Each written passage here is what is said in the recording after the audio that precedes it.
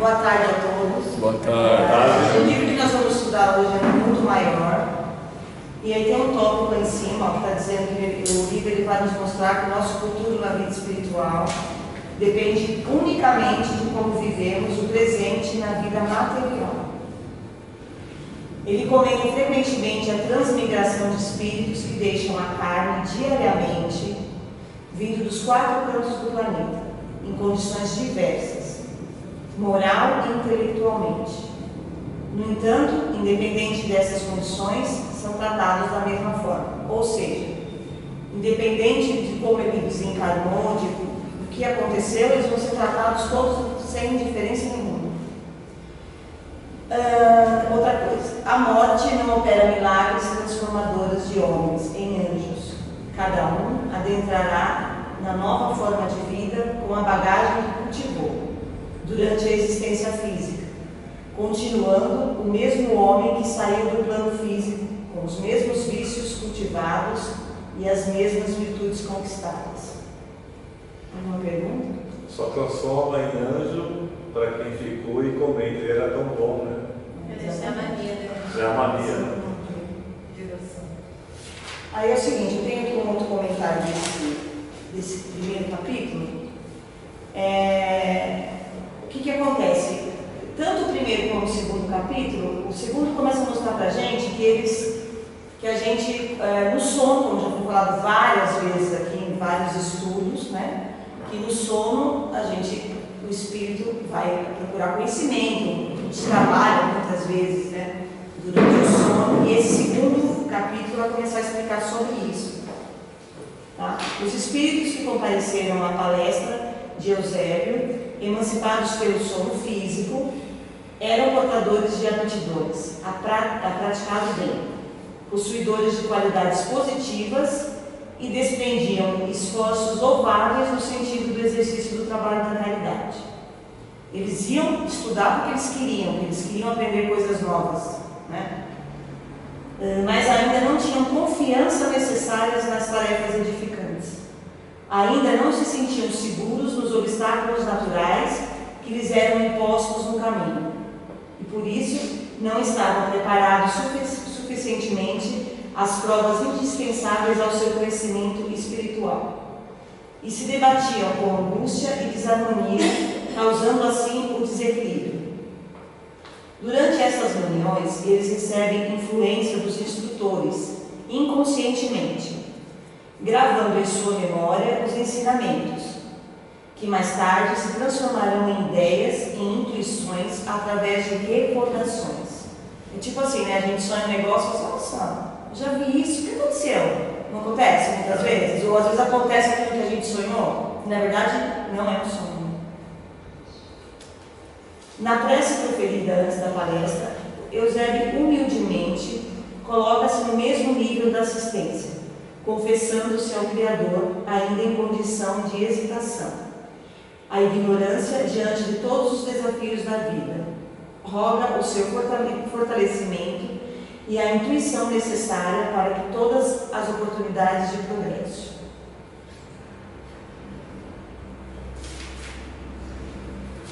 Alguma dúvida desse capítulo? Nem Não? todo mundo lembra que ou foi trabalhar domingo e o que fez.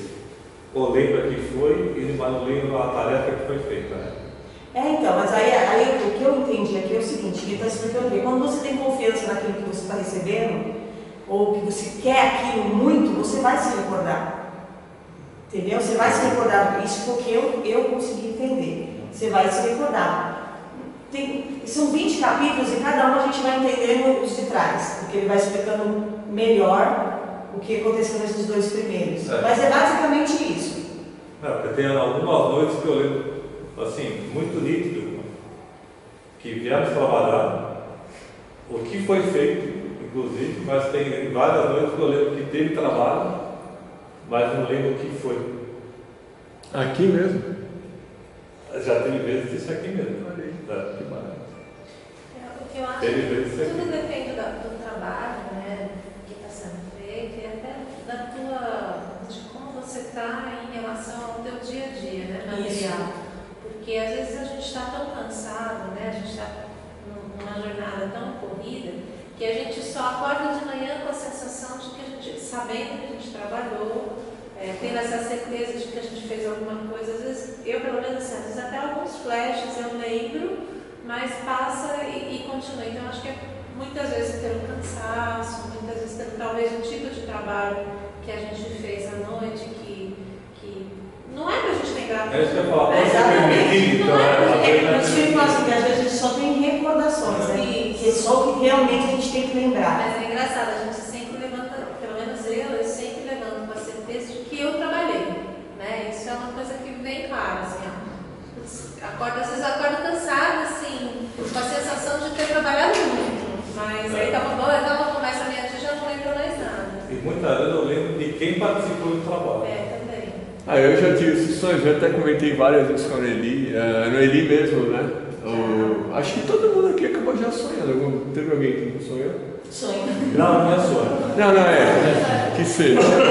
O nosso trabalho, nossas recordações. Você não vem falar não, você já tem. Muitas vezes eu falava passagem, aí às vezes a gente teve um sonho parecido. É muito engraçado. Isso com a Solange também acontecia muito. Às vezes eu comentava o sonho e ela falava, eu também sonhei isso, a gente estava fazendo isso, se encontra. Então é muito engraçado. Muito Mas legal. a gente não consegue saber tudo direitinho, os detalhes, porque a gente não merece. Não, é só um Porque beijo. é uma certeza tão absoluta que a gente começava a ficar senhor de si mesmo. Então, acho que não é permitido. Eu sempre acordo, me preparo, que teve muita confusão, muita coisa, mas não dá para saber tudo, né? No capítulo 3 é a casa mental. Durante a visita a um enfermo hospitalizado, o qual estava sofrendo forte obsessão por um desencarnado em mísero estado, onde os dois estavam em baixa sintonia e com faixas de ligação em lodo negro, Calderaro explica a André Luiz que inúmeros espíritos sofreram ao persistirem na prática do mal. Ficam no escuro devido ao estado de ignorância em que se encontram, com sentimento de ódio e vingança, que não os deixam evoluir. Olha que importante, né? O ódio e a vingança não deixam mesmo os desencarnados evoluir. Imagina a gente, né? Que não é nada. O Espiritismo nos explica que todo o mal tem sua origem no espírito, na parte física. O nosso cérebro se divide em 3 partes, sendo inferior, onde os impulsos automáticos e instintivos, onde arquivamos nossas experiências passadas. O intermediário, onde ficam as nossas conquistas, o nosso presente e as nossas imperfeições que estamos vivenciando, frutos de nossa evolução. E o superior, onde encontramos nossas ideias e nossas metas a serem alcançadas. Então a gente vê que o cérebro é bem complicado, né? Não é verdade? E aí tem outro comentário aqui, tem novos conceitos psíquicos a serem compreendidos nessa parte que a gente, no capítulo 3, tá? A perversidade como uma loucura, a revolta como ignorância, o desespero como enfermidade. Ainda neste capítulo encontramos preciosa instrução espiritual sobre o cérebro humano, que foi isso que a gente acabou de ver das 3 partes do cérebro. E agora a gente vai ver nos outros capítulos algumas citações a essa parte do cérebro, tá? Agora vamos lá. Estudando o cérebro. Neste capítulo, Calderaro continua analisando a situação do capítulo anterior e traz valiosas informações sobre o cérebro e sobre a evolução. Vamos estudar este importante organismo físico que é o cérebro, através dos ensinamentos do instrutor Calderaro e André Luiz. O processo obsessivo se dá quando o sentimento de culpa se fixa na região intermediária do cérebro, não conseguindo acesso à esfera superior, e isto causa um desequilíbrio. Ocorrendo este desequilíbrio, entramos em contato com forças encarnadas e desencarnadas. O processo excessivo se dá quando a vítima alimenta o desejo de vingança. Entra de novo o ódio, a vingança. O sistema nervoso é uma representação das potências do perispírito, acumuladas pelo ser através de inúmeras existências passadas. O cérebro é o órgão por meio do qual percebemos os fenômenos exteriores de acordo com a capacidade de recepção que já conquistamos. Então, uma coisa que me chamou a atenção, isso que você está falando, é em relação ao sentimento de culpa. Quando a gente estuda durante encarnado, as nossas atitudes na Terra, a gente percebe que o que nos paralisa, mesmo no mundo material, a gente não consegue crescer, não consegue se desenvolver, materialmente falando, é a culpa. Sempre, comprovadamente, todos os psicólogos, os psicanalistas que falam em relação a isso, o pior sentimento que nos prende a qualquer situação é a culpa. E aí você diz que ele também é o sentimento que faz com que a gente entre nesse processo obsessivo. E aí, pensando na culpa, a gente pensa que está ligado ao sentimento de perdoar, que eles tanto falam. Porque a culpa o que é? É o fato de você não conseguir perdoar a si mesmo. Então, o perdão, de novo, entra, que eles sempre falam, em todas as mensagens, a maioria das mensagens que vem na casa, eles falam sobre o ser humano aprender a perdoar, a conseguir perdoar de coração, de fato, que é uma das coisas mais necessárias. E aí, só ligando, que envolve a culpa e que a culpa está ligada e atrapalha a gente nas duas esferas. Tanto no qualquer dos dois, tanto dos dois lados. Isso. Vamos lá. E a sede da mente é o organismo que modela as manifestações do corpo físico e comanda todo o sistema microscópico de células nervosas que compõem o corpo perispiritual. O cérebro é tudo, na verdade. Os dois mundos, na verdade. Tudo é o cérebro. É quase impossível delimitar a fronteira divisória entre o organismo físico e o espírito. O perispírito absorve as consequências de nossos atos e pensamentos, modificando para melhor ou pior, de acordo com nossos pensamentos e atitudes. Aí, Wanda, entra no que você falou. Olha lá. Não nos recordamos de nossa... Aqui está dizendo das vidas, de nossas vidas passadas, porque o complexo conjunto de células nervosas que ligam o nosso corpo perispiritual ao organismo físico não suportaria a carga de uma vida dupla, ou seja, atender às vidas passadas e à presente. Isso que a gente não lembra. Não, isso menos ainda. Agora, até aquilo que a gente chama de sonho, que é trabalho espiritual, na verdade, a gente não consegue lembrar com detalhes, porque eu acho que seria muito pouco, A gente não merece ainda saber direitinho de todas essas coisas. Capítulo 5. O poder do amor.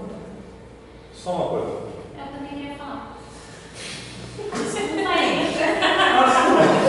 Ela se materializou. Quem queria falar? Essa voz eu conheço de algum lugar. Pode falar. Já posso? Não, assim, resumindo, capítulo 4. Raiva, vingança e culpa, tanto encarnado ou desencarnado, é impossível evolução. Sim. Atrapalha. Resume. É isso aí. Mas olha, eu coloquei essa semana, não sei alguém leu aqui, não sei se alguém que está aqui no farol, sobre culpa e remorso. A culpa é você se condenar por uma coisa que você fez, você não pode voltar atrás, você não consegue se perdoar, é uma tortura. E o remorso é você se arrepender que você podia ter feito uma coisa e não fez, são muito distintas essas duas coisas.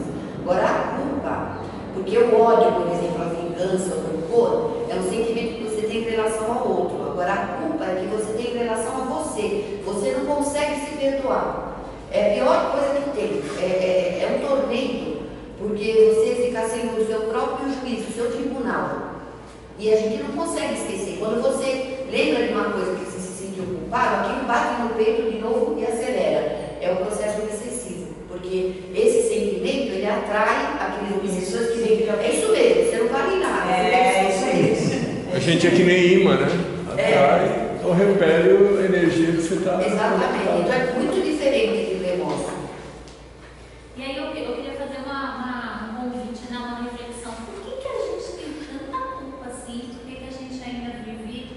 Porque percebe, a gente está falando que a gente não evolui porque a gente tem culpa, remorso, etc. e tal, tantas outras palavrinhas, né? Mas por que a gente tem tudo isso ainda? Porque nós estamos fora das leis de amor. A gente sai do caminho e segue, né? Então, assim, se a gente está derrapando, é por nossa responsabilidade. Responsabilidade. Nosso livre-arbítrio, né? Então, assim, para ter culpa, para ter remorso, eu deixei de fazer alguma coisa ou eu fiz alguma coisa que eu me arrependi. Porque se você fez o seu melhor e deu errado, você não tem que sentir culpa porque você fez o seu melhor. Você pode sentir uma tristeza de não ter alcançado o seu objetivo, mas você sabe que durante o caminho você direcionou as suas boas energias para aqui. Agora, se bate a culpa, se bate o remorso, a gente sabe muito bem o que a gente fez, né? A gente, mesmo que no quente da situação a gente não aceite, porque sempre é o outro, é o ruim, é o errado, né? Mesmo que nesse momento a gente não aceite, a gente depois, quando o sangue bate, que a gente toma um banho e vai deitar, a gente sabe exatamente o que a gente fez. E aí vem a culpa e o remorso, né? Então, vejam, quanto tempo a gente tem esse esclarecimento, há quanto tempo a gente tem esse conhecimento e a gente ainda sofre pela culpa. Então, a gente não evolui, e o planeta não evolui, e as pessoas falam assim, nossa, mas a espiritualidade está falando faz 40 anos que a gente está passando para ser um mundo, deixando de ser um mundo de provas e expiações para ser um mundo degenerativo, né? 40 anos eu escuto esse discurso, quando é que a gente vai conseguir? Mas não é a espiritualidade que vai pegar o planeta de um lugar e colocar no outro, né? É a humanidade que tem que chegar na evolução. E a gente há tanto tempo sabe o que tem que ser feito e continua. Então, deixa eu falar, a Valéria falou que a gente vai deitar, descansa, aí percebe o que fez, o que deixou, né? E aí quando você vai ver, eu fui culpado. Que nem no caso da minha mãe agora, que ela faleceu, a família inteira, assim, eu tenho 4 irmãos, mas eu corri, meu sobrinho, a gente foi os que mais correu para cuidar dela no hospital, tudo. Só que os outros irmãos que vieram, inclusive que faz 17 anos que não via, culpou. Em vez dele chegar, conversar, trocar ideia, já chegou assim culpando a gente. Olha o que você fez com a minha mãe, olha o que você fez com a minha mãe. Sabe? Então, mas você sabe, você vem a consciência. É isso. Então, aí começou aquela discussão entre eles, né? Aí só me ligavam para falar, eu falei, aí quando eu encontrei com ele, fazia 16 anos que ele veio para falar alguma coisa para mim. Aí quando antes dele falar, eu olhei para ele e falei, olha, todo mundo tem consciência. Cada um sabe o que fez e o que não fez. Falei para ele. Quando ele estava para você, vai saber. Tá? Eu falei, eu tenho certeza que eu não sou culpada de tudo. Eu estou consciente, estou bem tranquila. Hoje, que já passou até por esse dia, eu estou bem tranquila. Eu sei o que eu fiz para ela e até onde era para me fazer, eu fiz. É aquilo que eu falei, a gente pode às vezes se sentir frustrada em ter sido melhor Eu conseguia o que a gente queria. Mas assim, isso é uma coisa, agora culpa e remorso é outra coisa, é diferente. E agora eles fogem da nossa sala. Às vezes fogem. Ele não ganha. Eu falei, eu não vou culpar ninguém, eu não vou julgar ninguém, cada um sabe o que fez. Eu falei, eu sei quem fez e quem não fez, só que tá ali. Então, quando você falou, eu estou tranquilo. Eu sei que eles não estão. Paciência. Você fez trabalho.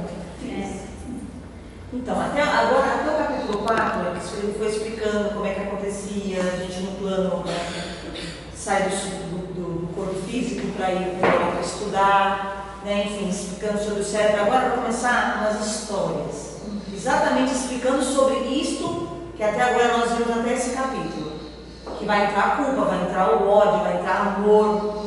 Em cada história, cada capítulo é uma história. Então nós vamos começar agora, chama-se O Poder do Amor. Essa história, eu vou falar um resuminho para vocês para poder entender. É a história de Pedro, que ele era o assassino, e Camilo, que era a vítima. Ambos, os dois, eles eram entrelaçados. Um era pela parte do crime, que foi o que assassinou, e o outro foi a vítima, que seria o resgate. Pedro solicitou socorro e a Cipriana veio prontamente a seu encontro, pelo apelo que ele fez à misericórdia divina. Aí a gente fala assim, né? Ele é o assassino. Por que ela foi até ele? Porque ele, na verdade, é um assassino, matou, não tem perdão, certo? Só que, exatamente, por que ela foi com ele, atrás dele? Porque ele implorou a misericórdia divina. Ele se arrependeu do que ele fez. E ela foi até ele para ajudar. Por quê? Porque ele estava cansado pelo sofrimento ocasionado, pela doença que ele ficou doente, doença contraída em virtude de seu desequilíbrio espiritual. Pedro fez um apelo ao alto e, como sempre acontece, quando este apelo é movido pelo sincero desejo de transformação, ela veio, a Cipriana veio ao encontro dele. E aí o que acontece? A Cipriana nos deixa uma lição. Para que possamos nos redimir de nossas culpas, ela nos ensina que somente abrindo mão de nossa mente a força da regeneração, podemos nos recolocar no caminho certo. Que todos já erramos e que temos nossa culpa, mas que é tarde para cultivarmos o perdão e a humildade. Só assim aprenderemos que o amor salva e constrói para sempre. Aí o que acontece? Como ele matou o Camilo, que era vítima, o Camilo estava com o quê? Ele queria se vingar. Ele estava querendo se vingar do Pedro, que matou ele. Aí o Camilo se arrependeu da sua vingança quando, ao comparecer ao lar de Pedro, ele foi até a casa de Pedro, e ali na casa de Pedro, ele presenciou um diálogo entre a esposa do Pedro e seu filho. Ao ouvir o filho menor de Pedro solicitar à mãe uma prece em favor de seu pai. Foi aí que Camilo deu início ao seu processo de transformação. Cipriana nos deixa vários exemplos edificantes, mas o maior de todos é que somente o amor pode construir a felicidade. No dia em que estivermos impregnados por esse sentimento, que é o sentimento de amor, o perdão substituirá a vingança, o ódio, e o ódio estará banido da terra. Que dia, hein? Aí aqui está o resuminho do capítulo, tá? Nós vimos neste capítulo a assistência espiritual prestada a Pedro, pela equipe de benfeitores que André Luiz integrava, e o enfermo se encontrava internado, próximo da loucura, e sofria uma implacável obsessão por parte do ser encarnado, que assassinava. Há aproximadamente 20 anos que ele tinha assassinado Camilo. Ambos, obsessor e obsediado, encontravam-se em perfeita sintonia, impregnados por um ódio mútuo que nutriam. E como sempre acontece nesses casos, o estado dos dois era lastimável, em grande sofrimento, do qual não conseguiam se libertar, somente com a intercessão da benfeitora Cipriana, a quem o instrutor Calderaro chamou de portadora do divino amor fraternal. Com suas lições de amor, conseguiu que os espíritos sofredores entendessem a necessidade de modificação de seus sentimentos e assim libertando-os mutuamente. Nesse capítulo aí também tem a gente volta naquele negócio do ódio, da pessoa fazer alguma coisa de momento, né? Porque os dois trabalhavam numa loja lá de materiais lá, e o Pedro ele queria ganhar, ele achava que ele devia ganhar mais por causa do trabalho que ele fazia lá, então ele achava que o dono devia mais algum valor para ele. E naquela discussão, no auge daquele calor lá, ele acabou matando o Camilo, né? e cometendo essa besteira. Ele pegou só o que ele julgava que era o justo lá do cofre, ele não roubou assim, não roubou mais nada, deu assistência para a família do Camilo,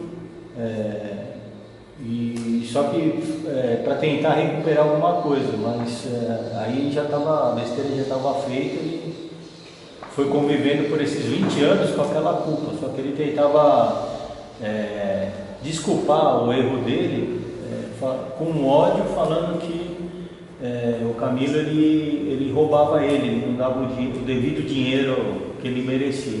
Ele era que nem o pai para ele, não era? Ele tinha criado ele.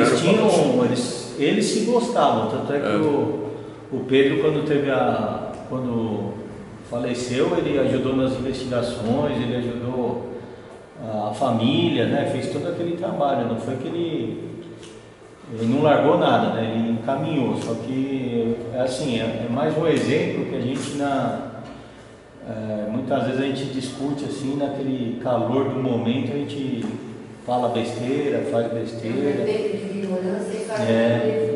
Então é um ponto aí pra gente pensar e muitas vezes tomar um ar puro, respirar, contar até 10 para não tomar nenhuma atitude assim mais drástica, né? Neste capítulo, André Luiz narra o trabalho que realizou juntamente com o instrutor Calderari com a prefeitura cipriana, visando obter equilíbrio espiritual de uma irmã que se encontrava prestes a desencarnar. Essa história é a narração de um homem vivendo os prazeres do mundo e de uma jovem pobre que, para custear o tratamento médico da mãe, se une a ele. Os dois são doutrinados e, durante o desdobramento pelo sono, que aí entra de novo o desdobramento pelo sono, eles, em consequência disso, eles retificam o procedimento deles.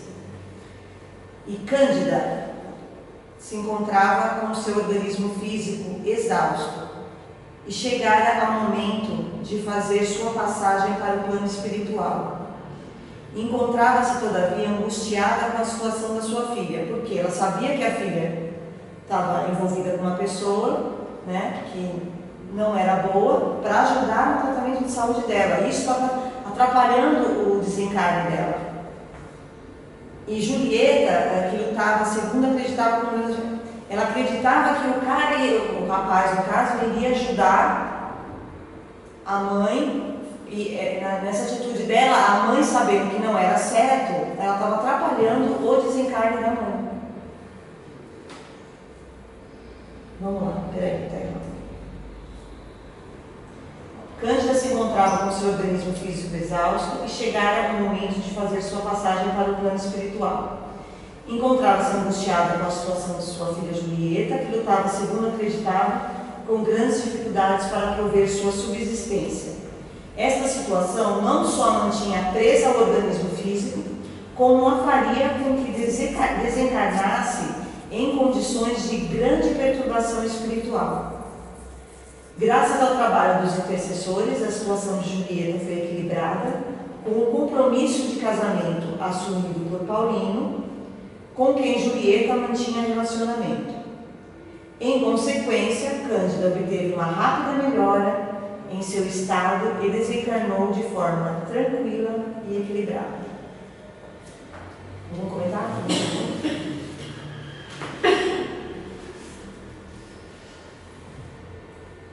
Capítulo 7. Processo redentor. Isso aqui é a história de uma criança de 8 anos que ela era muda, surda, não andava, não se sentava. Vamos lá. Doenças mentais, lei da ação e reação, progressão dos espíritos, reencarnação e obsessão, formação da família, intercessão espiritual. Neste capítulo, o autor nos narra o trabalho junto a uma família, onde se encontra um irmão encarnado passando por duríssima expiação.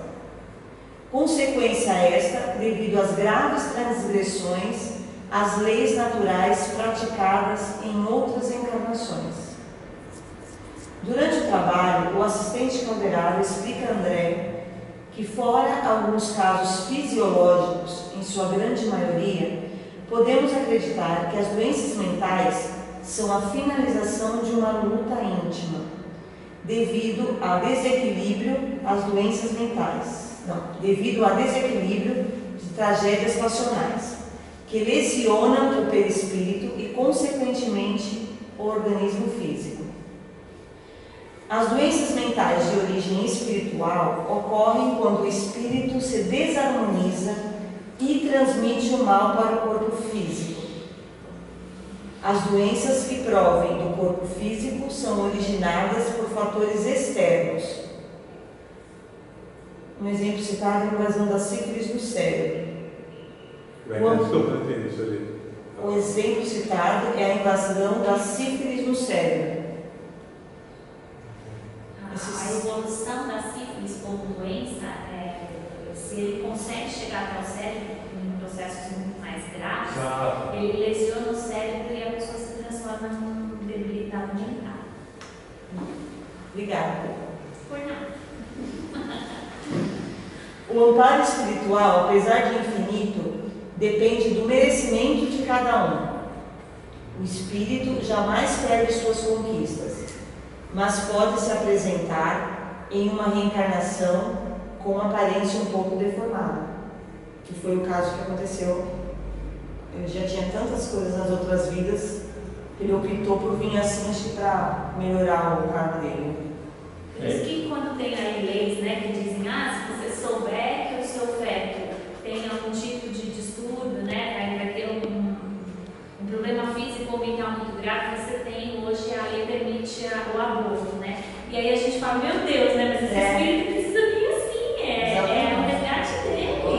Ele precisa passar por uma encarnação desse jeito. E aquela família está ligada a esse processo de alguma forma, aqueles pais, aqueles avós, aqueles tios. Então, às vezes é a redenção de um grupo grande com uma criança que vem com problemas assim, né? E aí a lei vai lá e autoriza a pessoa e a pessoa simplesmente priva, né, esse espírito de fazer a sua resgate. Uma criança dessa vai modificar o fundamento de todos que estão próximos, mesmo de fora, né? Eu conheci. Não, fala aí, por favor. Não, é que eu conheci um caso sobre o que ela está falando, de uma. Foram dois, o casal espírita, eles souberam que tinham ter um filho e esse filho no exame médico viu que ia nascer sem o cérebro e ia morrer na sequência. E o médico falou, não, vamos tirar porque o problema é muito sério, pode inclusive te matar, né? E eles ali confabularam e falaram, não, nós vamos levar, a criança vai morrer, mas a gente vai levar a gravidez até o final. Exatamente, aí eles levaram, a criança morreu acho que depois de 3 ou 4 horas, e no centro que eles frequentavam, depois de 6 meses, eles receberam uma psicografia da criança, agradecendo por aquilo, e falando para se preparar que ela ia voltar em 2 ou 3 anos e voltou mesmo. Quer dizer, se tivesse cortado todo esse ciclo, né? E quantas outras, sei lá, encarnações. É complicado. Então, aqui a gente complementa. Somente pelo processo reencarnatório, os espíritos que têm uma grande mágoa, ódio, rancor, etc., através deste processo, que na maioria das vezes ocorre em família, pode ser encerrado. Através do amor dos vínculos familiares, é que casos muito graves de vidas passadas serão anulados. O assistente deixa bem claro que, no exemplo citado neste capítulo, o espírito encarnado, que em vidas passadas, através de seu poder, cometeu crimes gravíssimos, através desta passagem, irá se conciliar através dos irmãos que ainda estavam por reencarnar e por sua mãe, que o acompanhava já em algumas vidas. Assim, através desta reconciliação, ele obterá o perdão, prosseguindo já com um aspecto melhor nas próximas reencarnações. Está vendo? E sempre esses espíritos são crianças e jovens, né, que quando chegam a 30, 30 e poucos anos, muito felizes, né? São espíritos extremamente felizes, agradecidos, que se regozijam com qualquer oportunidade que tenha, que querem aprender, que querem. Por coincidência, hoje à tarde vai passar um filme, né? Vai passar. De Down, né? 3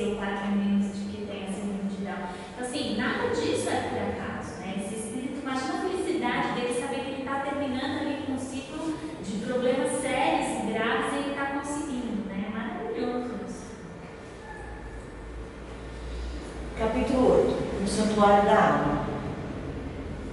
Essa história é a seguinte, é a história de Marcelo, que no passado ele teve vigorosa inteligência, mas vivenciou também intensas paixões e excesso de autoritarismo. No presente, ele tem acessos epiléticos, geralmente por enfermidades da alma, do que resultam em reflexos e convulsões orgânicas. Aqui o assistente explica que o céu e o inferno não se caracteriza como uma região exterior, e sim estados e consciências. Aquele que age contra a lei necessitará de se submeter a um processo retificador. Dependendo dos nossos atos, seremos levados para o céu ou o inferno, através de nossa consciência. No caso citado, o espírito encarnado compreendia o que acontecia com ele, e através de orações, atos fraternos, amenizava as consequências em seu perispírito. Mesmo sofrendo da vingança de seus muitos inimigos de sua vida passada, onde exercia grande autoridade e não sabendo lidar com isso, praticou mal contra vários encarnados. Como desejou se redimir de seus atos passados através do bem e de orações, assim conseguiu a ajuda dos benfeitores para melhorar sua evolução. Mais um caso de alguém que se arrependeu e pediu por ajuda e foi atendido. Alguma pergunta, algum comentário? Capítulo 9, mediunidade.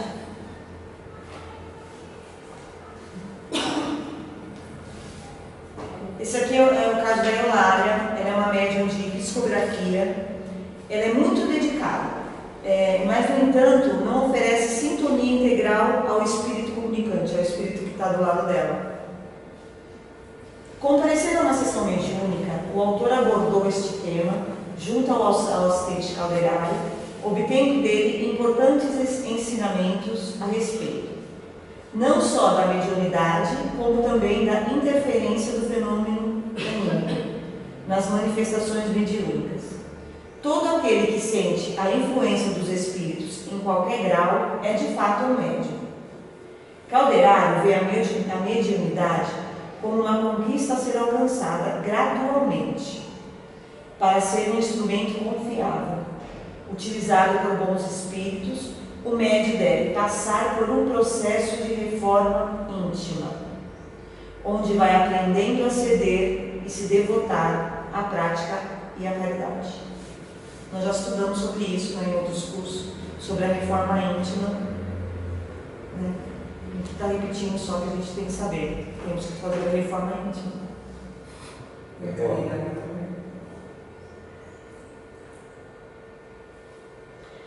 A reforma íntima e o convívio fraterno.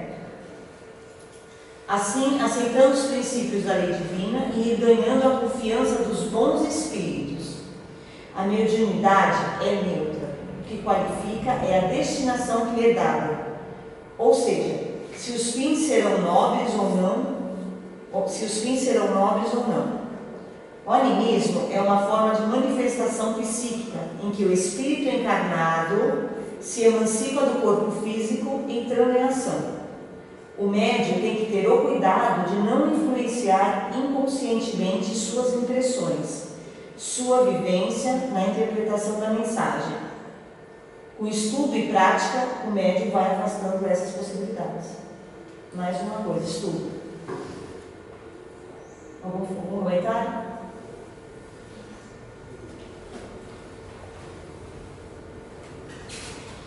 Capítulo 10. Dolorosa perda. Esse capítulo, particularmente, me tocou muito. É muito triste, muito chocante. É sobre o aborto. Quem faz o aborto é a Cecília. E o que a Cecília, ela era filha única e ela tinha tudo. Sabe aquelas filhas únicas que têm de tudo? Aí a mãe dela desencarnou e a filha tinha dinheiro, tinha vida boa, ela engravidou. E ela engravidou e ela quis fazer o aborto. Então ela estava com a enfermeira para fazer o aborto Nisso veio a mãe com o caldeirado para poder mudar esse pensamento dela. Então colocaram ela no sono profundo para tentar induzir ela, explicar para ela que ela não precisava fazer aquilo, que ela podia ter a criança, que ela não ia se privar de nada, ela podia normalmente ter o filho dela. E por ironia ela não quis, ela quis fazer o aborto. Só que essa criança que iria vir com ela, né, que ia ter a reencarnação, era um espírito que tinha que vir para acertar com ela, viver com ela, ter a vivência certa com ela de muitas vidas passadas. E ela fez o aborto. Só que na hora que ela estava fazendo o aborto, o feto, ele ficou com tanto ódio porque ele não estava... Ela estava encerrando o ciclo dele, né? Ele não ia poder voltar para terminar o que ele tinha que ser feito. Ele emanou para ela muitas luzes negras de ódio e afetando todo o corpo dela, e ela desencarnou também. Então os dois não ficaram aqui para cumprir o que eles tinham que fazer. E aí o que ela ensina aqui pra gente? Que eles vão ter que voltar, os dois reencarnar novamente para terminar o que eles tinham que fazer aqui. Eu vou ler aqui o resuminho. Este é um capítulo rico em ensinamento que André Luiz nos traz do plano espiritual. Nele veremos como o mau uso do livre-arbítrio pode causar o atraso da evolução do espírito, com sofrimento doloroso e repercussões do plano espiritual em existências corporais. Existências corporais futuras. Observamos a consequência que a prática do aborto pode levar, tanto para a futura mãe, que faz essa opção, como para o espírito que vê a oportunidade reencarnatória frustrada. Cecília exerceu seu livre-arbítrio ao optar pelo aborto. Não aproveitou a oportunidade que lhe foi apresentada para propiciar a reencarnação de um antigo parceiro em uma existência passada, que necessitava retornar para uma experiência redentora para ambos. Com a sua opção de interrupção forçada da gestação, ela desencarnou. Então aqui está dizendo, a gente está aprendendo o quê? Do livre-arbítrio, né? Que a gente escolhe o que quer, né? Cada um faz o que quer, e também as consequências, cada um assume a sua.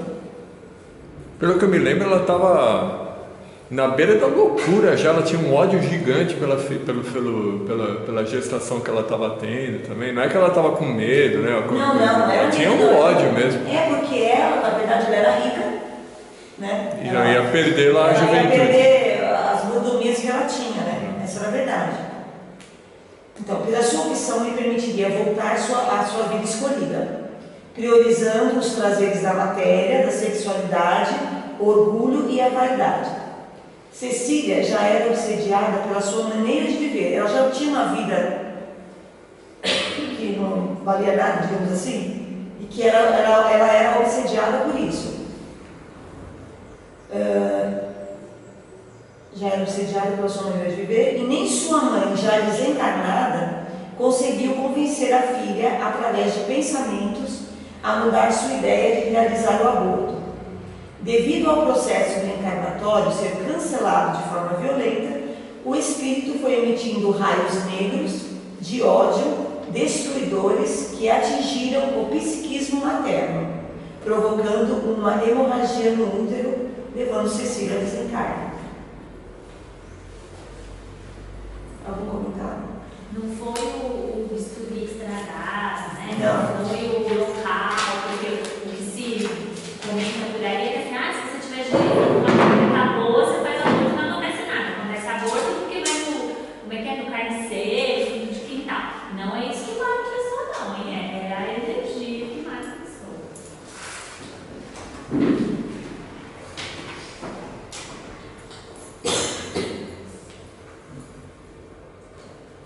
Bom, capítulo 11 a gente tem uma reflexão sobre o sexo, né? Inclusive ele faz até um link sobre o caso da Cecília, porque Uma das coisas que ela ficava preocupada em ter a criança era não ter a vida dela de volta, talvez o corpo dela de volta, então achava que ia ficar deformada, que ia ter outras obrigações. Então ele está um pouco ligado, né? O André e o Caldeira até eles faziam um comentário sobre isso. E aqui eles vão participar de uma pré-eleição num centro de estudos do pessoal dos irmãos encarnados, que eles cuidam da assistência espiritual na Terra. Então eles vão acompanhar essa pré-eleição, essa palestra. E lá o elevado mentor ele explica a todos o seguinte, que o sexo ele é ligado ao espírito, não só à carne, muitas vezes ao espírito. E o que acontece? Conforme o espírito é mais primitivo, menos elevado, ele é mais focado no prazer carnal, no visual, né? Ele olha mais a pessoa no corpo, no caso, o prazer que vai proporcionar. E quanto mais o espírito vai se elevando, vai se estudando, vai se colocando numa maneira mais positiva, vai entendendo os conceitos da lei, o espírito vai vendo que a gente pode fazer, levar uma vida sexual já buscando outros meios, outras qualidades, não só o corpo da pessoa, não só aquele prazer da carne, mas também o amor, a fraternidade, a inteligência, a intelectualidade do espírito, né, da pessoa, no caso encarnado. Então eles fazem bem um foco nisso aí, principalmente para essa equipe, porque essa equipe ela cuida da assistência na Terra e eles tentam elevar as pessoas da Terra para que eles possam progredir nessa parte do sexo. Então, André Luiz acompanhou o assistente, né, na palestra, contando os espíritos empenhados na assistência de encarnados no plano terrestre, onde o elevado mentor proferiu uma palestra esclarecedora abordando um tema ainda muito controvertido pela sua complexidade, que é o sexo. Abordou as consequências importantes e desastrosas da prática sexual degenerada, que é a repercussão negativa que causa no organismo psíquico de encarnados e desencarnados. A prática do ato sexual não é uma manifestação unicamente fisiológica, como muitos pensam, mas tem muito a ver com o espírito. E a sede dessas manifestações residem no espírito, estando por este motivo diretamente ligados ao ser espiritual e ao seu pensamento contínuo. Assim sendo, à medida que o espírito evolui para enxergar a questão do sexo de outra maneira, sem a visão de um ato destinado tão somente a satisfazer as necessidades do organismo físico, passa a não considerar apenas as qualidades puramente relacionadas com a beleza corporal e intimamente ligadas às manifestações físicas, mas a compreender os valores espirituais como a inteligência, o amor, a sabedoria e o sentimento. Nesta maneira, podemos considerar que os problemas de ordem sexual tendem a diminuir. O mentor salienta que nem todos, mas a maioria dos distúrbios mentais são provenientes de causas sexuais. Porém, através de nossa evolução, o conceito de lar e família também evolui, contribuindo muito para um padrão muito mais padronizado, contribuindo com condutas muito mais civilizadas do que no início da crosta terrestre. E até ele enfatiza que antigamente, né, no início da crosta, o sexo tinha muito a ver com o poder, né? O homem pegava a mulher lá e arrastava, era dele, era um objeto dele, e já foi evoluindo bastante, ainda tem muito que evoluir. E no caso da Cecília também tem a ver, né? Ele volta no caso da Cecília, porque aquele aborto que ela teve, aquela criança que ia nascer, que ela fez o aborto, era fruto de uma paixão passageira, né? Então quer dizer que ela também, além de tudo, ela não estava muito elevada porque ela estava procurando só o prazer, aquele prazer carnal, ela não estava enxergando outras coisas, né? Então ele volta também para falar um pouco daquilo lá. E por consequência, como ela não tinha um amor, não tinha nada e a cabeça dela estava ainda muito embaixo, ela escolheu o aborto. Então ele faz, nesse capítulo ele faz bastante link com o caso do capítulo anterior do aborto.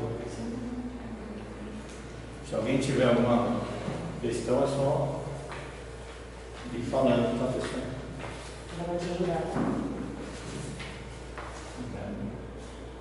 Aí a estranha,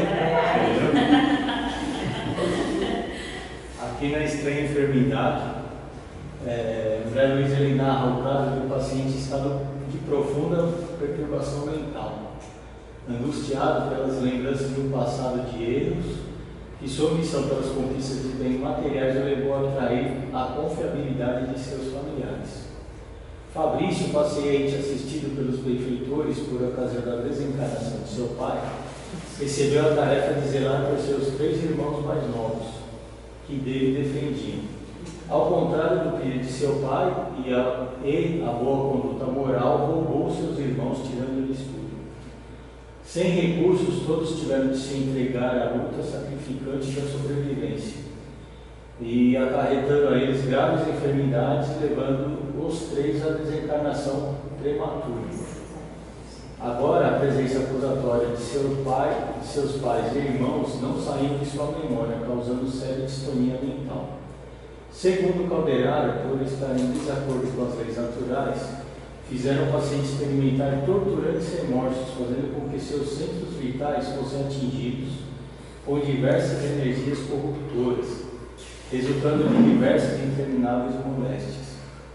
Aí a gente vê aí diversos capítulos, comentários, muita coisa a ver com o bem material, né? A ganância, no caso da ganância, até um pouco da maldade que a pessoa teve no momento com um familiar seu, um ser próximo a ele. Nesse caso, o Fabrício, ele estava com tanta ganância, tanta coisa, que ele não respeitou o pedido do pai, ele roubou os irmãos e ele não cuidou dos irmãos. Então os irmãos foram trabalhar para sobreviver em más condições, né? E contraíram várias moléstias vindo a desencarnar. O remorso dele fez com que os pontos vitais dele fossem bem acometidos aí por energias negativas, né? E ele conseguiu amenizar um pouco quando ele contou o seu problema, o seu drama ao neto, né? Sem saber que o neto dele era o pai dele reencarnado. Ele contou isso aí, ele foi um certo alívio para ele, porque ele conseguiu abrir alguma coisa, apesar de não achar que não ia ter nada a ver, mas ele conseguiu aliviar, né? Tirar o seu peso, né? O seu peso da consciência, melhorar um pouco para que ele tivesse um desencarne mais com menos sofrimento. E com isso, os bens que ele, de certa forma, ele roubou dos irmãos, do pai, voltaram para o neto, que era o único neto dele, que ia ser o herdeiro dele, para que aí assim depois com os próximos as próximas encarnações dos irmãos e todo mundo fosse voltando a harmonia, a paz e a continuidade. Quero o homem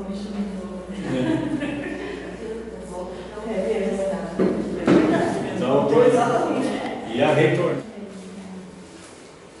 O maior trauma dele foi a consciência, foi o sofrimento na consciência. Aí, nesse capítulo sobre o suicídio, né, Calderaro e André foram em socorro de uma irmã que estava prestes a cometer o suicídio. Ela estava inconformada com o desprezo, né, de uma pessoa que ela gostava, que ela desejava se casar com ele, ter filhos, constituir uma família. Nesse caso, em sono, né, de novo, né, durante o sono dela, os benfeitores, juntamente com o benfeitor dela de vidas passadas e com a mãe dela, que já estava desencarnada também, tiveram uma grande, uma emocionante conversa com ela e eles conseguiram remover do pensamento dela a ideia do suicídio. Então eles conseguiram, quando ela acordou, ela já viu que o que ela ia fazer era uma grande besteira, um pecado maior. E aí ficou uma mensagem, né? Não permitas que a sombra de algumas horas te empane a luz dos séculos vindouros ali, né? Então quer dizer, não é aquele momento de novo, aquele momento que a gente tem de angústia, que se a gente tomar uma atitude sem pensar, sem parar, sem respirar, nós vamos fazer uma besteira aí e tirar nossa chance aí numa vida para recuperar os nossos erros.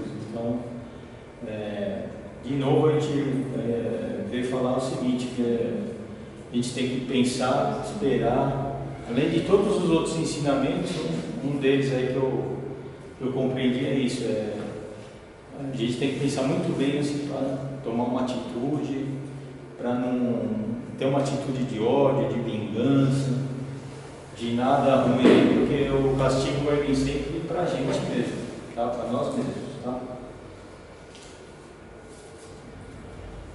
Medida salvadora.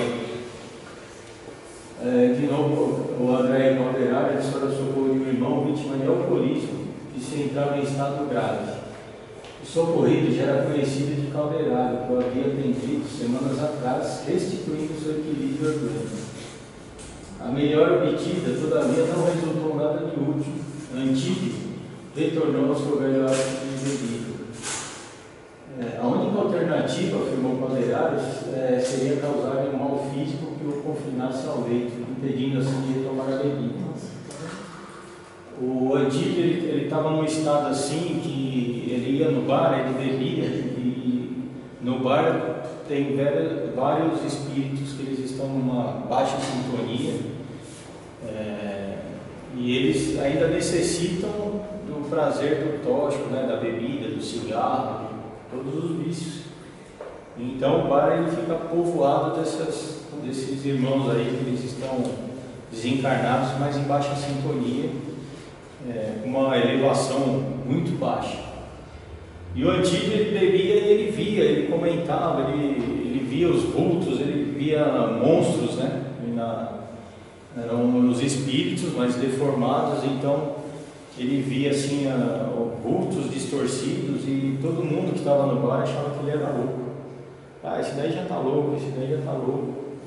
E o Calderaro ele já tinha ido em socorro dele por causa das preces, né, do filho, da esposa, que eles tinham merecimento da família, só que ele punha ele em reequilíbrio e daqui a pouco ele ia para o bar de novo.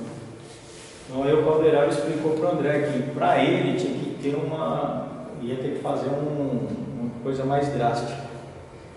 E aí através dos fluidos o Calderaro faz com que ele comece a ficar doente, ficar com um mal físico, para que ele fique acamado, fique mais tempo, né, acamado sem precisar ir para que ele não sinta aquela necessidade, né, ele não volte para o bar de novo. E ao mesmo tempo, acamado, ele ia conviver mais com o filho e com a esposa dele, que ele quase não fazia isso. Então era uma chance dele reencontrar a família e ao mesmo tempo dar um período para que ele se recuperasse melhor e não voltasse ao vício. Males que vem para bem, né? Isso aí se não vai pelo amor, vai pela dor, né? Porque ele tirava, reequilibrava, ele voltava. Ele tirava, reequilibrava, voltava. Então ele falou, então você vai ficar doente, vai ficar de cama mais um pouco, você vai ver. O apelo cristão, durante uma assembleia de encarnados, né, religiosos católicos, romanos, protestantes e igrejas reformadas, eles estavam durante o sono nessa assembleia, junto com os irmãos da assistência desencarnados, e eles vão recebendo naquela assembleia uma lição valorosa, né, sobre os ranços do dogmatismo, a religião com a política, que não foi mal administrada, né, na verdade, assim, começou a influenciar a política começou a influenciar a religião e foi distorcido. Eles falam que o erro dos sacerdotes políticos, né, que em várias escolas, que a religião do amor universal, fundada por Jesus, ela foi toda distorcida. E resultaram em várias pessoas saíram da igreja, se desmotivaram da fé, procuraram outros caminhos, se afastaram de qualquer religião, porque a igreja foi mal. A igreja, que eu falo, como todas as religiões, ela foi muito distorcida. O sacerdote, ele punha os interesses dele na frente da religião. Eles viam o lucro antes da religião em várias coisas, né? Então ela fez o afastamento de vários irmãos que queriam seguir uma religião, a distorção total da mensagem, né, da religião feita por Jesus. Então nessa assembleia todos os espíritos lá presentes, eles conversaram bastante com os religiosos para tentar dar uma melhora, para que cada um voltasse a melhorar, voltar à religião, voltar à fé, porque é o final dela, né? O fim da religião. Alguma dúvida? Continua a mesma coisa, né? Só um parênteses, não mudou nada. A religião continua servindo. Mesma coisa, sempre é o dinheiro, a política. O dinheiro, o poder, o interesse das pessoas à frente, mesma coisa. 16, alienados mentais. Aí Calderaro e André Luiz se preparam para visitar umas regiões de sofrimento, né, habitada por espíritos muito endividados pela lei e pouquíssimo desenvolvidos, né, ou nada desenvolvidos. Né. Então lá tinham desajustados psíquicos, com muitas experiências mal sucedidas, tinham muitos espíritos de delinquentes, assassinos, e modo de saída, né? Aí eles vêm lá, eles vão nessa parte, e é uma loucura, eles falam coisas desconexas, eles não enxergam nem o Calderaro nem o André Luiz.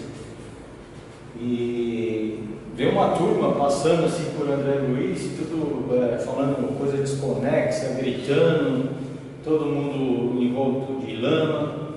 E o André Luiz começa a falar a palavra, né, de amor, de paz, né, para tentar. E o Calderaro fala para ele nessa tomada aí, que não adianta, muita coisa, muita gente, e que o que eles podem fazer ali é fazer a vibração, né, fazer a oração, a vibração, e tentar ver com que algum espírito que esteja querendo sair de lá consiga perceber a presença deles, a presença do amor, e aí tente melhorar para conseguir sair de lá, para ir para tratamento. Né? Então aqui ele fala, os modos e o tempo para a saída do processo de desajuste espiritual varia de acordo com cada espírito. Todos têm o livre-arbítrio para direcionar os seus atos e pensamentos. Uns, embora ainda muito imperfeitos, compreendem a sua necessidade de reajuste às leis naturais e vibram de forma positiva e conseguem assim a permissão do reencarne para resgatar suas pendências e seus erros passados. Tá? Então, apesar da falta de evolução, se eles conseguirem se direcionando, eles vão sentindo a vibração das equipes, né, que vão lá de socorristas, eles vão conseguindo fazer um tratamento para depois reencarnar. Tá? O 17, do limiar das cavernas, aí também eles estão num lugar de baixo nível vibratório, né? Só que agora eles estão indo como socorrista para ver, junto com a equipe de e socorristas tentar resgatar algum irmão em tratamento. Só que aí, quando eles estão indo lá, a Cipriana, né, que ela está direcionando, ela está chefiando a equipe, ela pede para André Luiz não ir junto com eles, porque ele não tem um curso, né, de assistência aos sofredores nas sombras espessas. É um treinamento que ele deveria ter, que a pessoa fica mais apta, com maior habilidade, né? O irmão socorrista ele fica mais habilitado a lidar com os espíritos dessa faixa, desse nível. E aí o Calderaro, né, ele conversa com a irmã Cipriana, ele fala que se foi direcionado para o André seria por algum bom motivo, alguma experiência que ele adquiriu. Então ela concorda, mas falando para ele ir junto com o Calderaro, ficar junto com ele, não fazer nada sem ele, porque o Calderaro ia dar assistência para ele, né? Então foi permitido participar como acompanhante, e os espíritos lá tinham um alto nível de desequilíbrio, todos portadores de problemas graves, né? Os espíritos, todos cegos em relação a eles. Uma sequência do grupo. Eles não enxergavam os benfeitores e as conversas eram confusas sem nitidez alguma. E o André, de novo, né, ele tentava pronunciar alguma coisa, mas não conseguia. Eles não ouviam, não faziam nada. Porque as energias, as vibrações lá eram muito baixas. Então, eles estavam cegos quanto à presença deles. Esse capítulo da velha afeição, ele tem tudo a ver com o 17. Por quê? Ainda nessa região, o André Luiz e o Calderaro, eles vêm uma turma de pessoas mais idosas, todos envoltos em lama, e eles pegavam a lama e falavam: olha que beleza, quanto dinheiro que nós temos em punho aqui, olha quanta joia. E os benfeitores viam que aquilo ali era lama, era lodo, só que eles, os espíritos, eles estavam tão desequilibrados que para eles aquilo ali era ouro, dinheiro. Então eles se esfregavam nas mãos, eles faziam as coisas. E lá o André, ele percebe que um desses idosos aí era parecido com o avô dele, o Cláudio. E aí ele começa a observar melhor o Cláudio. Aí ele vai conversando com o Calderaro e ele vai sentindo, né, que realmente ele tem afinidade. E o Calderaro ele dirige, né, os fluidos, né, na visão desse idoso, desse Cláudio, e ele começa a enxergar eles. Embora ele ainda não reconheça o André Luiz como neto, mas ele já consegue ver eles assim. E aí, através das vibrações de tudo, ele começa a falar que ele ficou muito voltado à riqueza, ele ficou muito voltado aos bens materiais, de novo, né, a gente vê isso, a ganância. E ele tinha uma irmã de criação, e o grande assim, remorso dele, né, ele tinha uma irmã de criação, que a mãe dele o tratava como filha mesmo, normal, com muito carinho e amor. E com o desencarne do pai e da mãe dele, ele teria que cuidar da irmã, cuidar bem da irmã e tudo mais. E ele pegou e roubou a irmã também. E a irmã dele ficou lá sem dinheiro, sem nada, expulsou ela de casa, porque ele estava prestes a casar. E aí a irmã foi trabalhar como copeira na casa de uma família, um salário bem baixo, né, segundo ele, miserável. E depois a irmã dele veio a se casar com uma pessoa lá, um rapaz que ele era muito rígido, ele tratava ela mal, batia, tratava tudo mal, até ela, aí ele perdeu o contato com a irmã.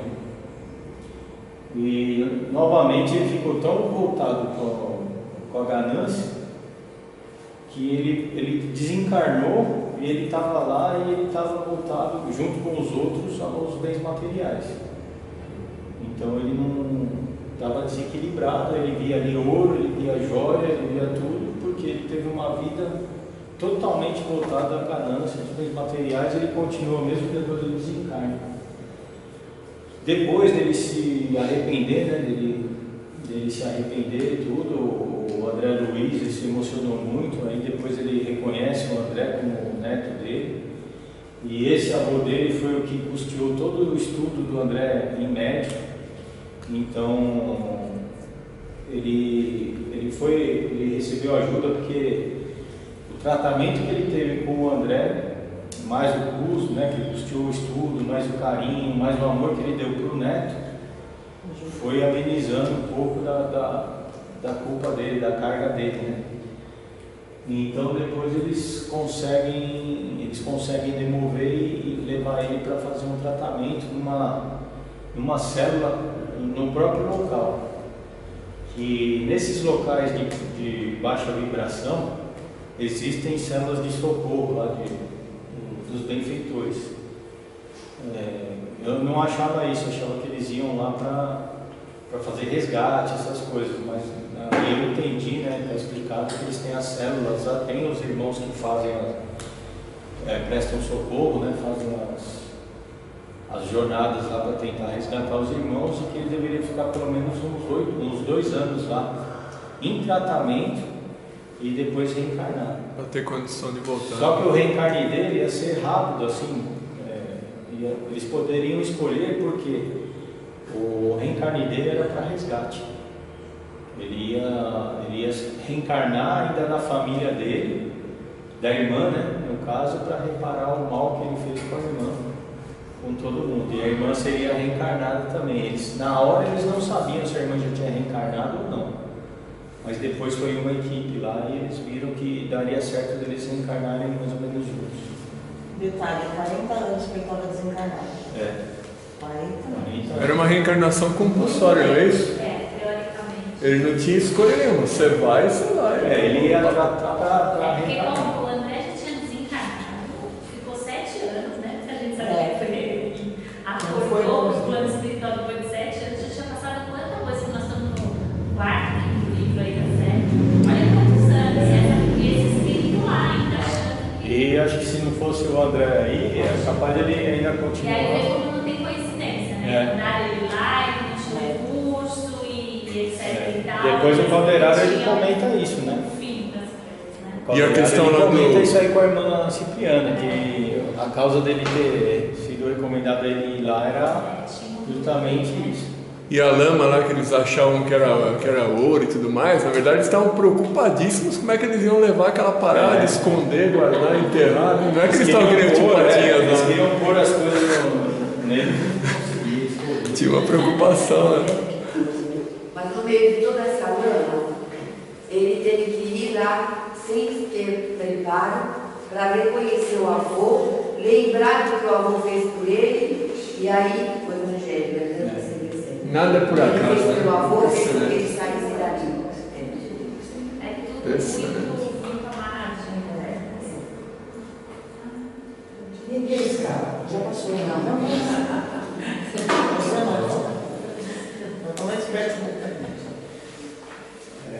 Nesse capítulo, né, o André ele nos proporciona refletirmos sobre a importância através dos laços de reencarnação. Reajuste esse que exige principalmente perdão, amor e abnegação. Demonstra que a pobreza extrema com o trabalho educativo imposto pela espiritualidade protetora pode ser reeducativo para as aspirações de 2 pessoas interligadas por problemas de vida passada. No caso, é programado o reencontro entre o réu e a vítima, aceito por ambos. Esse reencontro fica a descoberto os imensos benefícios da bênção do perdão, trazendo-lhes felicidade. Então aí, que nem no caso do avô, ele ia reencarnar como uma pessoa humilde, né? Ele ia ter que conseguir o seu sustento, fazer todo o trabalho, para encontrar a irmã, e assim eles viverem uma vida de resgate, né? Uma vida que eles fossem recuperando e resgatando os erros passados, né? E também sempre que eu vi no livro, assim, todo mundo que objetiva muito o valor bens materiais, acima de tudo, né? Na outra reencarnação ele vem humilde para trabalhar, né? Isso que é importante para ele dar valor. Aí ele falou que ele queria ter muito dinheiro, né? Vai ter que jogar na Mega Sena. O 20, por um erro aqui. Aí sim. Ah, que isso? Que erro. É suspense. É para dar uma emoçãozinha. Todo mundo pensar que acabou. É hora das perguntas. Aquela irmã Cipriana, né? Ela, além dela ter ensinado muito, ela ter participado muito durante o livro, durante as conversas, ela cita bastante, assim, né, que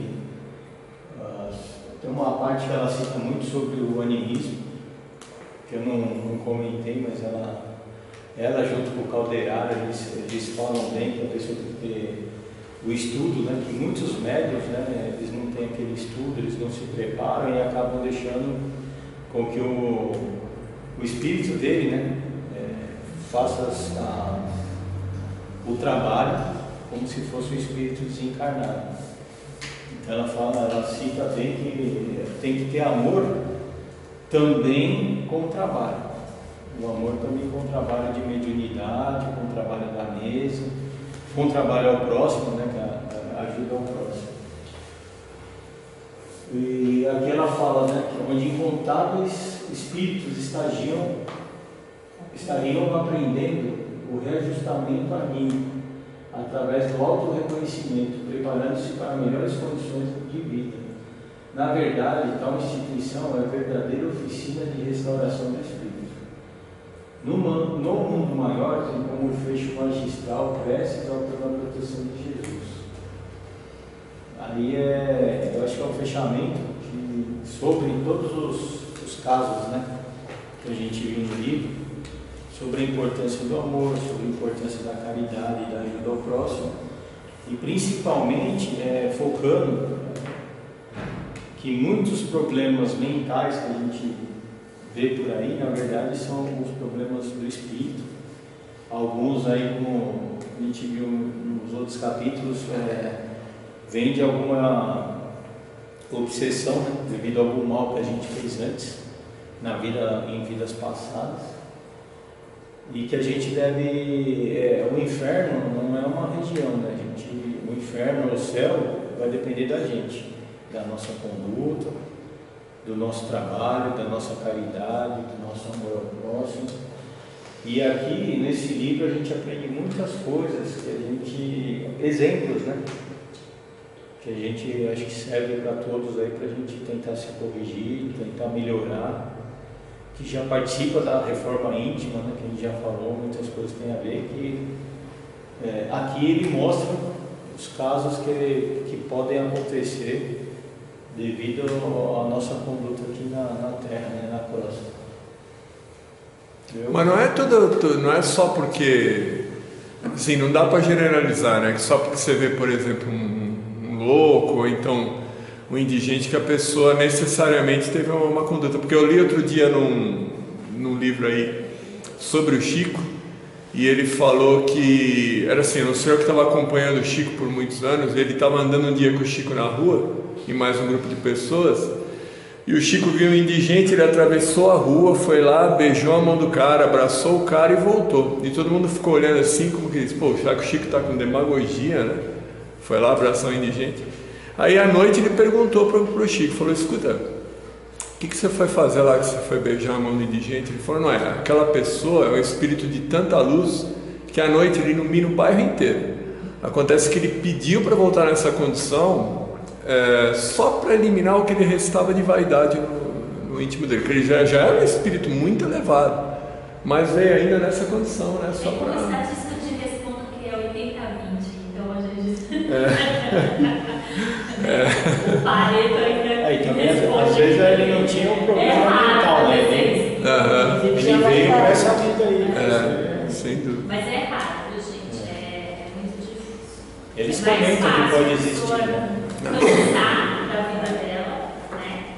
Cansar dos padrões e de família e de, às vezes, até do poder, largar tudo e virar um indigente do que ele pedir para encarnar nessas situações. Muito difícil, muito raro. Porque a espiritualidade também precisa de ação, né? Então, assim, eu vou permitir que você me encarne como indigente, passar sua vida lá pedindo, né? Então, assim, precisa ser um caso muito específico, entende? Tem que ter um porquê, né? Pode ser a evolução, né? A evolução não fica parada. Então, assim, são casos muito específicos, muito raros. Bom, pessoal, é isso. Se alguém tiver alguma dúvida, Dá para você recomeçar tudo? Não entendeu nada.